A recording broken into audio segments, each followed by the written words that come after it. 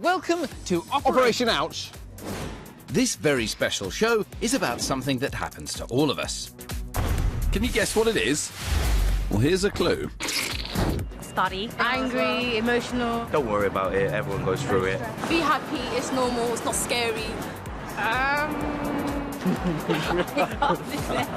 Now, did you guess what those people were talking about? That's right, it's puberty.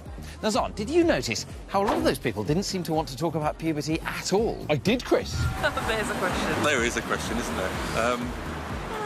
But don't panic, because on Operation Ouch, there's nothing we're afraid to talk about. Well, apart from... Oh, yeah, sorry, right. So, puberty, get ready. We're taking you on. Coming up on this special Operation Ouch, we show you how puberty affects your voice. How? Why not to worry about acne? I had it all over the face, the back, the neck. And we offer some serious survival tips. But first, what is puberty? Think of it like this. You've been growing since the moment you were born, and it's what turned you from a little baby into a child. But pretty soon, you need to go from being a child into being an adult, or else the world would be full of children. And this is where puberty comes in. It's basically just another phase of growing. And it's completely normal. You might have already noticed changes in your body, or perhaps you haven't, because everyone is different. Usually, it begins any time from the age of 8, carrying right through to the age of 18. In this special Operation Ouch, we've got loads to show you about what happens to your body. On the inside and the outside. Ouch. One thing that changes when you hit puberty is your sweat, and we're going to show you why. Does anybody want to smell my armpits? Do you want to smell my armpits? Free sweat smelling here. Can I tempt you? A little whiff? Anyone? Anyone? Don't seem to be having much luck for some reason. Sweat. It might seem a bit yucky, but everybody does it. Sweating is what your body does when you get too hot. And when that sweat evaporates, it takes heat away from your body and prevents your internal organs from overheating. So it's actually pretty wonderful stuff. I'm not sure why nobody wants to smell mine. There are two types of sweat glands, eccrine and apocrine. Eccrine are the most common. You have over 2 million of them all over your body. Apocrine glands are only in particular places like your groin and under your arms. They produce a different type of sweat that is rich in protein and fatty acids. They only become active during, you guessed it, puberty. When your apocrine glands start working, it changes how you sweat. And this lot are going to help me show you what that means. First, we're going to need a sample. In fact, 2 samples. One sample is made up of a group of 8-year-olds who haven't started puberty yet. The other sample is made up of 14-year-olds who are slap bang in the middle of it. And what I need from all of you now is sweat. Are you ready? Yeah! Right, let's go. For the next half hour, I'm getting both squads to train as hard as they can and sweat as much as possible. What we're looking for here is real work. It's not a race between the 2 teams. We want quality, because quality means sweat. Ben, you sweating yet? Yeah. Yeah? That's good. After 30 minutes, I'm satisfied that both teams will have sweated enough. It's time to collect all the sweaty shirts into separate bags. Now, we've got our samples. The squads don't know which shirts are in which bag, so let's see which smells worse. One at a time, you're going to smell each bag and tell me which you think smells worse. Bag A is from the younger team and bag B is from the teenagers. Which one do you think will smell worse? Get right in there. That one. Is it really disgusting? Huh. That one. What does this one smell of? Like off vinegar. I say this one. You think that one smells worse? This one. And what do you think this one smells of? Rotten cheese. Rotten cheese. Oh, that one. Do you think this is your team? Or do you think the 8-year-olds are smellier than you? Yeah. Big breath in, Ben. This one. Really? I smell my own armpits when they stink. So which of you thought that bag B was the smelliest? Yeah, all except 2. That's 12-2 to bag B. Now, this was the bag from the older ones. So I think you're absolutely right. This definitely should have been the smelliest one. Now, do you know why? Because they're older. Because they're older, that's right. And when you get older, you get different kinds of sweat glands. They're called apocrine glands. They make different sorts of sweat. It's got more chemicals in, which gets broken down by bacteria. So what you're really smelling in here is bacteria poo. There you go. You're the one smelling it, not me. I haven't smelled it. Smell it! Smell it! Oh, no. Oh. Remember, all sweat is completely normal, even the smelly variety, and you can make sure you don't stay smelly by washing yourself and your clothes regularly. Speaking of washing, guys, you better not forget to wash all your kits. Guys? Guys? Get ready to change shape. Not like that. We're talking growth spurts. Hormones kick in, telling your body to get taller. Boys get broader. Girls get breasts. And it can all be a bit annoying if you grow out of your favourite outfit too quickly. But don't panic. It's exciting too. You also get stronger. Maybe not that strong. Nice bust, though. But remember, it's all completely normal. And it could be a whole lot worse. If you were a baboon, puberty would suddenly give you a giant red bottom. As part of today's special show, we're looking at hormones. Just don't try anything you see here at home. It's Chris. Can I have a biscuit? I don't want one of your disgusting pocket digestives. Okay, fair enough. I'd like a custard cream. Well, I don't know where he keeps his custard creams. He hides them from me. They're on the desk in front of you. Oh, yeah, here they are.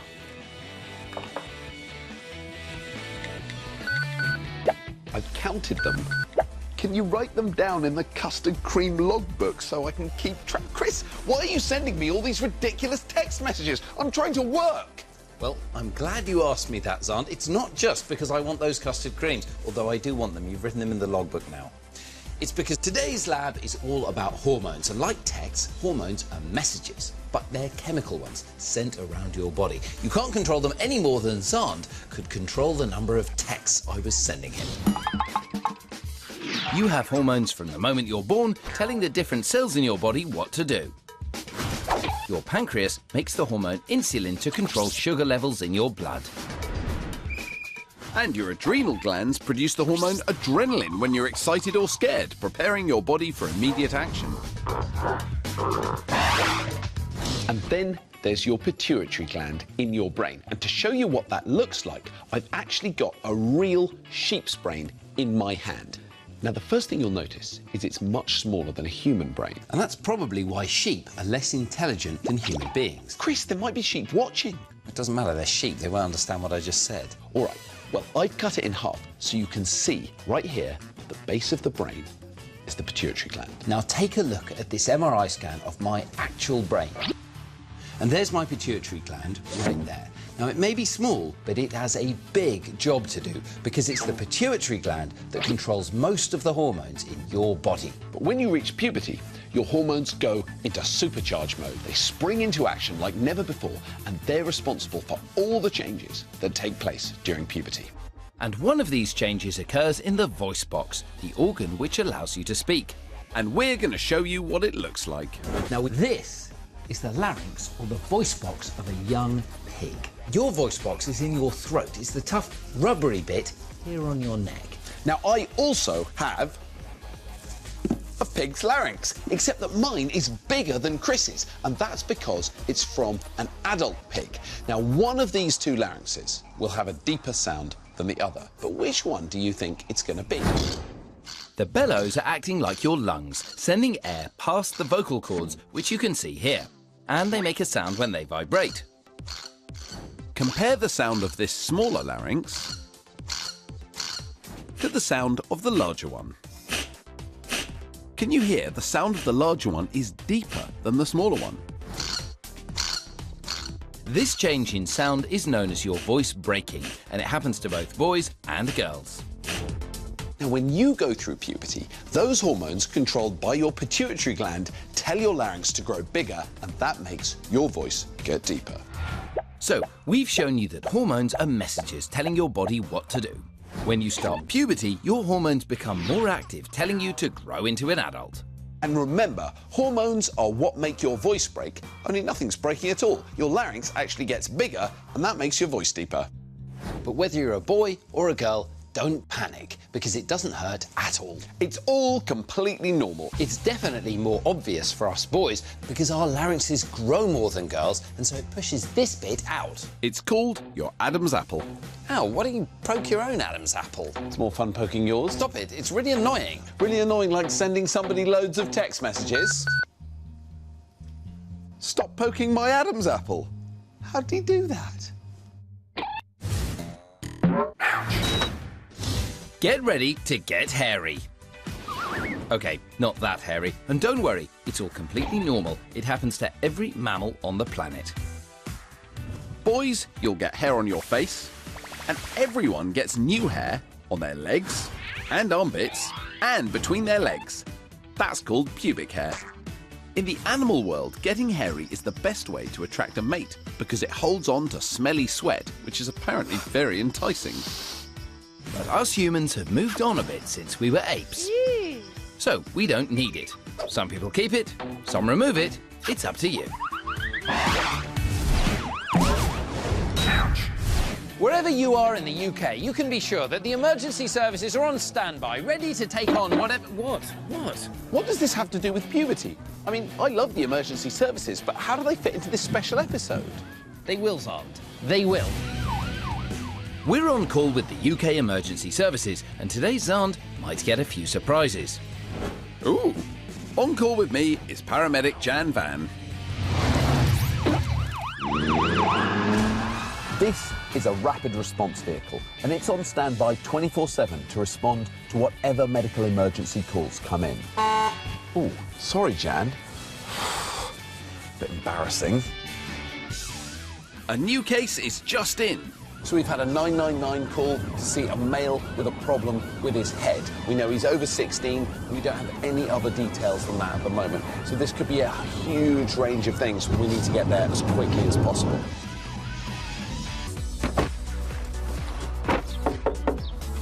Oh, thank goodness you're here.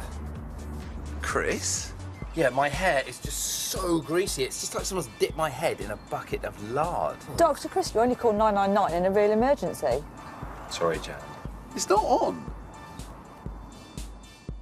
That's what's known as a Jan Van telling off. But since we're here, let's see what we can do for the patient. Tell me what's going on. Oh, my hair's just really greasy and it's all lifeless and it feels oily. I just feel a bit embarrassed to go out with it. And how long has this been going on for? I don't know, like, not just today. It's been going on for ages. Have a quick look at it. When you go through puberty, the hormone changes that your body's going through that are helping you grow up stimulate your skin to produce more oil. That oil's called sebum, and it can make your hair really greasy. Though, to be honest, I've never seen anyone with hair quite as greasy as Chris's. What we need to do is wash your hair more frequently. Can you help? Yeah. Great. OK, relax your head back. Is that nice, Chris? Oh, it's really good. I suppose I could do this myself. Well, you should be able to wash your own hair, really, on a regular basis. Oh, marvellous. So, Jan, same time tomorrow? No, this is definitely something you can do for yourself from now on. Sorry.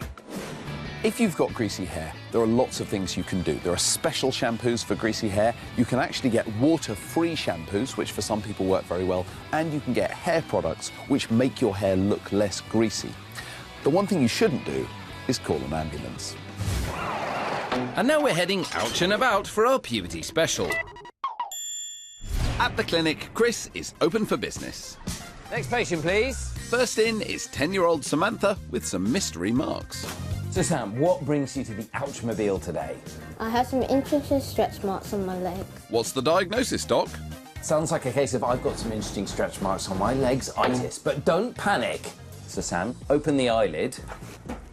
So why don't you stand up and see if you can show us the stretch marks? Oh, yeah, OK. You've got some streaks here, and they're a little bit darker, aren't they? The reason you get them is when you reach puberty, a lot of people start to grow very, very quickly. That dark bit is where you've pulled the skin fibres apart, so where the skin is a bit thinner, you can see through to the darker skin underneath. So it's nothing to worry about. Everyone has stretch marks. I have them, and I have them in almost exactly the same place, and it's very, very common. Is there anything I can use to get rid of them? There are some creams that you can get. So there's a vitamin E cream. It doesn't work for everyone, but putting some vitamin E on them may help a bit. But as you get older, they may well just get much lighter and you might not notice them. Thank you very much for bringing your interesting stretch marks in to see me. Thank you, Dr. Chris, for having me. Away from the clinic, Zand is in the park taking questions about growing up. Why am I getting clumsier as I get older? What sort of things do you get wrong? I always trip over my own feet. As you get bigger, your arms and legs are getting longer, and it's hard to know where they are because you're used to them being a bit shorter. Once you stop growing, you kind of get used to it, but I'm still quite clumsy. Dr. Chris is really clumsy. So the next time you get told off for knocking things over, you've got the perfect excuse. It's just puberty. Back at the Ouchmobile, there's a new case in the waiting room. Next patient, please. It's double trouble. Cousins Ria and Cyrus. So, guys, what brings you to the Ouchmobile today? Me and Cyrus are both the same age, so 12, but I am a lot taller than him. What's the diagnosis, Doc? This sounds like a serious case of me and Cyrus are exactly the same age, 12, but I am a lot taller than him, itis. But don't panic. Now, let's see how much taller you are. Can you stand up? Cyrus, do you want to stand up next to Ria? So this is how tall Ria is, and this is how tall Cyrus is. You're about a head shorter. Yeah. And you're exactly the same age. Yeah.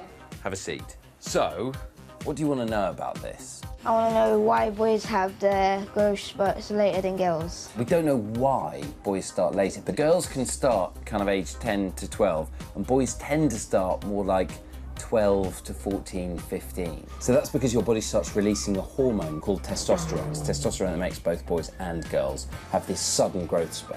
What's it like being shorter than your 12-year-old female cousin? Beat him up all the time. Ugh, man, I remember that. I remember getting beaten up by girls at age 12. Thank you for having us, Dr. Chris. That is a real pleasure. If you haven't had your growth spurt yet, don't panic. Everyone's different. It will come. Clinic closed. Boys, this one's for you. Get ready for your testicles dropping. Don't panic, they don't literally drop off. They just drop lower inside your scrotum as they grow a bit, and it's totally normal. It happens because your testicles start to make sperm. Sperm are one of the things used to make a baby when you're an adult. And they like to stay cool. So your testicles need to hang lower outside your body to be at just the right temperature. Hey, what are you doing? Just chilling. And one testicle is usually lower than the other. If it wasn't, you'd crush them between your legs. But that doesn't mean it's cool to walk like an ape. Remember, if you're worried about anything, speak to an adult you trust. Still to come on today's Puberty Special, Chris and Jan are called out to a moody teenager. What? There's more top puberty survival tips. And Chris finds out why puberty can make getting up in the morning really tricky. Now, did you know 80% of teenagers get spots to some degree, and boys are more likely to get them than girls? But remember, don't squeeze them. Ouch. Spots. I used to get them. I still do get them. You're probably going to get them, and nobody likes them. But for some teenagers, puberty can make spots a lot worse. Clear? So, why does puberty make spots worse? Well, imagine this is your skin, and there is a hair follicle with a hair growing out of it. Now, every hair follicle has a sebaceous gland, which makes a special kind of oil called sebum. And sebum's good normally, keeps your skin moist. But during puberty, sebum levels can skyrocket, can block up the hair follicle and cause a spot. Everyone has to put up with the odd spot now and then, but if it gets really bad, it's called acne. And if you have acne, there are special clinics on standby to help. I'm visiting a special acne clinic at Oxford University Hospital's NHS Trust. In charge today, consultant dermatologist Tess McPherson. What kind of things cause acne? I think there's lots of myths associated with acne. It doesn't mean you've got dirty skin. Other things which people always ask me about is diet, and there's not much evidence that diet plays a clear role. And if you've had a bad acne in the family, you're more likely to get bad acne yourself, so there's certainly genetics play a role. But the main cause is hormones. This is 15-year-old Josh. Hard to believe he had bad acne for a couple of years. I had it all over the face, the back, the neck, the other back of the neck, a bit on the chest as well. It wasn't very nice. But after 7 months of treatment at the clinic with a tablet that stops the production of sebum, Josh is doing much better. Although he does have some leftover scarring on his back. So was your back probably the most severely affected area? Yeah, definitely. So although that scarring does look quite dramatic at the moment, over time that'll fade and those will end up going. Some of these ones which are a little bit bumpy will certainly flatten out over time. And now I've had the treatment, I'm a lot happier. As long as it cleared up on my face, I was pretty much happy with that. So don't worry, scars can fade. But remember, don't pick. If you're worried about getting spots when you're a teenager, then don't panic. In severe cases like Josh, doctors can prescribe creams and tablets to help, but everyone gets some spots, and here's some tips. Apart from creams and medicines, you can help yourself by shampooing your hair regularly and avoid letting it fall across your face. Don't wash affected areas of skin more than twice a day, and don't pick them. Now we go back on call, and it's Chris's turn. Jan, let's go! Chris, should we use the car? So a call has just come in, and it's another mysterious sounding case. All we know is it's an adult male, so it literally could be anyone. A fast response time can be crucial, especially when you're dealing with medical emergencies. This all looks a bit familiar to me. He's upstairs. We better go see him. Let's go see what's going on. What's that noise? What? Chris? Jan? Sand? What's going on? Well, one minute I feel fine, and the next minute I just feel so frustrated and angry, and I'm just in a bad mood. So you called an ambulance because you're having mood swings? Yeah. Sand, this is not on. You don't call an ambulance just because you're having a mood swing. Sorry, Jan. Oh dear, looks like Dr. Zahn got a Jan van telling off. Now you don't want to be on the receiving end of one of them, I can tell you. OK, so what's been going on? You know, I don't know whether I'm coming or going. I mean, one minute I feel fine, and the next minute, just everything gets me down, like this strawberry milkshake. I can't get the lid off, and they've just put it on really tight, and I can't get it off. There you go. Thank you. So what Zahn's got is really, really normal during puberty. He's having a mood swing. Now, lots and lots of different stuff can set off a mood swing, but the underlying reason is the same for all of them. It's to do with changes in hormone levels that are happening in your body as you grow up. You need to try and do some sport, maybe read some books and try and occupy yourself. I like sport. You do like sport? OK, so do some sport and make yourself feel better. Yeah? OK. There are a few different things you can try if you're having difficulty with your moods. You can take some time out, you can listen to some music, you can just do some deep breathing. But the number one thing is make sure you ask for help from someone you trust. So don't worry if you're having mood swings. The main thing to remember is that there are some really simple things you can do about it. But calling 999 isn't one of them. This one's for the girls. Growing up is fun. You get to do stuff you've not been allowed to do before. Whoopee! Everyone gets a tummy ache occasionally, but there's another type of tummy ache girls get one day, when you get your period. Don't panic, it's completely normal, and your period will only last a few days each month. Inside girls' bodies are two organs called ovaries, which produce eggs. Eggs are one of the things needed to make a baby when you're an adult. And in your womb, where a baby grows, a nice cosy lining gets made each month. But when there's no baby, the lining isn't needed and comes out as a bit of blood. When it happens, tell an adult you can trust. And if you feel a bit moody, that's normal too. Just be careful who you bare your teeth to. Ouch. Are you finding it hard to sleep? Finding it even harder to get up? Are your parents constantly having to nag you to either go to bed or wake up in the morning? Chris, get up! Well, you come to the right place. This is Dr. Chris's one-stop sleep shop clinic place for all your sleep-related needs. Terms and conditions apply. Monsters under the bed will not be dealt with as a cause of lost sleep. Offer only applies to die-hard Operation Arch fans.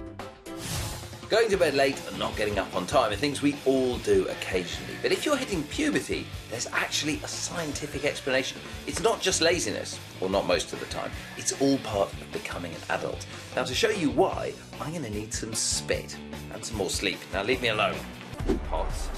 These volunteers are going to demonstrate how puberty changes how you sleep. Meet Ashley and Emma.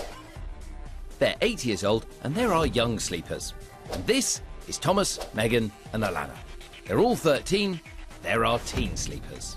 I'm asking them to collect samples of their saliva every hour between 4 p.m. and when they go to bed. So, does everyone understand? Yes. We need to spit in these pots. Yay! The samples our two groups are taking will allow me to monitor levels of a hormone called melatonin. It's 6 p.m, so I need to spit now.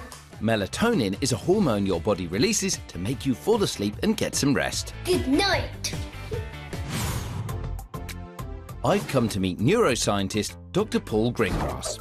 He's been analysing our saliva samples for levels of melatonin. What are the results then, Doc? The younger children, their melatonin was starting to be produced about 7:30 or 8 o'clock at the latest. So, that's why if you're younger, you get tired around this time, but it changes as you reach puberty. For the teenage group, their melatonin was not even being produced till about 10 or 11. And that's why they don't feel tired until much later on. But you have to be careful because some things can stop the melatonin doing its job. We've actually got a body clock that's sensitive to light. If you start doing things with bright lights, you are managing to switch off your own melatonin, which is one of the problems. So screens like iPads and electronic high-tech stuff have a lovely bright blue light which keeps us alert, and in the evening it's about the very worst thing you could do. So the best thing to do before bed is to stay away from computer screens. But because you're going to bed much later than you were before puberty and still having to get up at the same time, that can take some adjusting to. If you yourself are finding it difficult to wake up, well, now you know there's a biological reason for it. You're not just being lazy. Good night.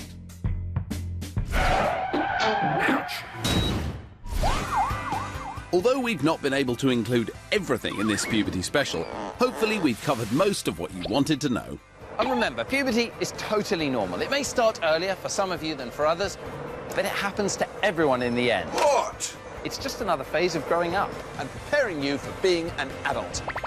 Which is pretty exciting, really. And if there is anything you want to know, remember, you can always ask a parent or a teacher. They've been through it too. Most importantly, don't panic. Chris, there's an emergency case of greasy hair in A&E. Panic stations. I thought we just agreed not to panic. We just need that.